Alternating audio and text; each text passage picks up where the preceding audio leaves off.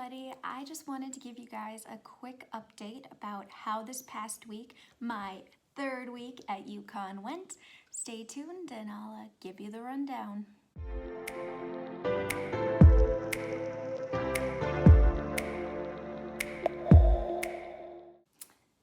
Okay, so third week at UCONN. The main things I have to talk about are 1, why this RU has already taught me so much about doing research.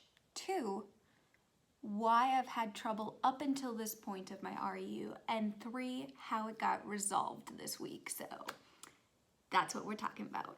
So first of all, this RU up until this point has already taught me so much about what it's going to be like to do research as a student. Potentially a graduate student next year. Like, I really only have a year to figure out where I'm going for grad school. So, it's been very helpful as far as actually learning that research is an up and down process. Like, it has its highs and it has its lows, because let me tell you, it sure does. I think I already knew this concept before I came to actually do the RU, but I didn't realize how big of an impact it was going to have on me until I actually got here and started doing research and felt the ups and the downs. There are ups and downs in research in several ways. So first of all, in the day-to-day, there are some days which are absolutely insane, and there are some days where I literally hardly do anything. So that's the day-to-day up and down. It really varies. And then there's also the up and down with the project. So for example, with our project, these first couple weeks, what we've been doing is we've been optimizing the protocol to make sure that it works when we actually start testing important things. So that's what we've been doing up until this point.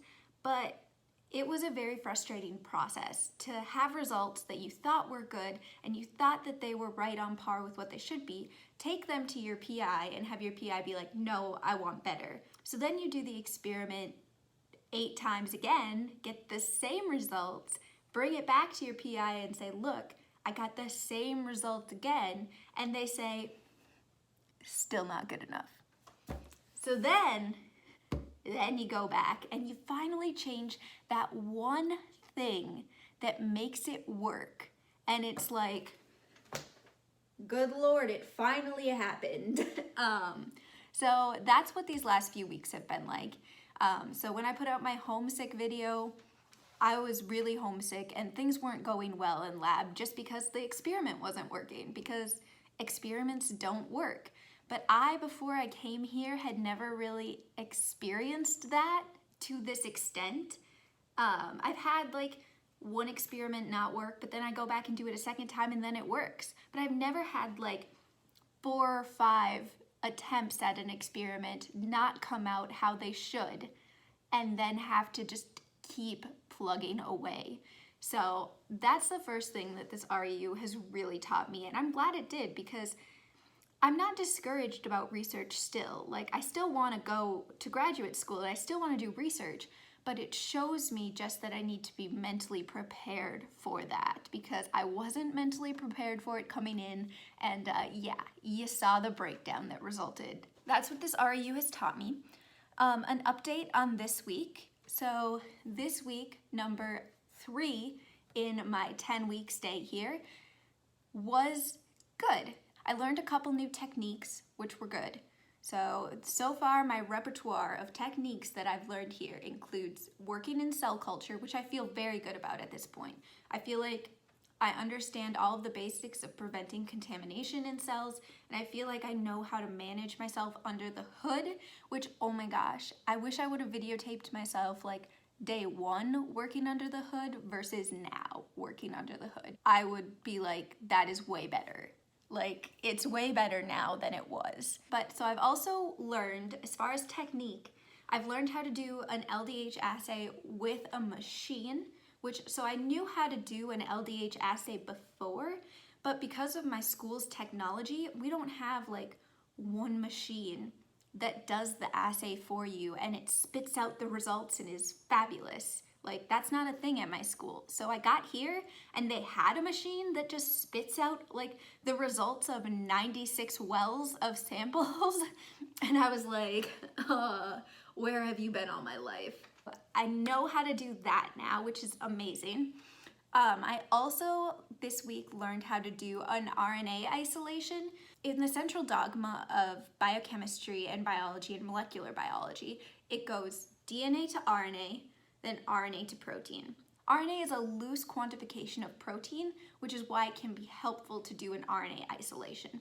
So you take the sample and you isolate all the RNA that you can from that sample, and then that gives you a relative amount of protein that you have in that sample. So it can be very helpful when quantifying gene expression. And so I've still been going into lab at 8:30 or between 8:30 and 9, so that's been good.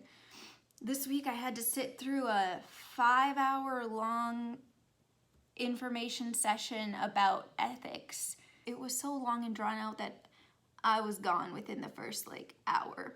I had no attention span after that, so that was not as productive as it should have been. I was talking to my 2 mentors in my lab who are both grad students, and I learned that the frustration I was feeling is normal, but also is not a big deal. But I was just venting and talking about how frustrated I was that the experiment wasn't working, and one of my lab mates brought cookies on Friday because they knew I was having a hard time. Bless. They're so nice. So that was awesome. The cookies were really good. Independence-wise in the lab, I'm feeling a little bit more independent at this point. I wish that I felt comfortable just doing everything on my own. I just feel like my mentor isn't sure about my skill level yet, and so I don't know. But it'll get there. It'll get there. Thank you all for following me up until this point. I'm still alive. I'm still here in Connecticut, still just doing my thing. Going to a lab every day, getting it done, doing all the things. So that is it for this week's update about how I'm doing in UConn. If you could please like this video and subscribe to my channel, I would really appreciate it. Have a nice day, and I will see you next time. Bye!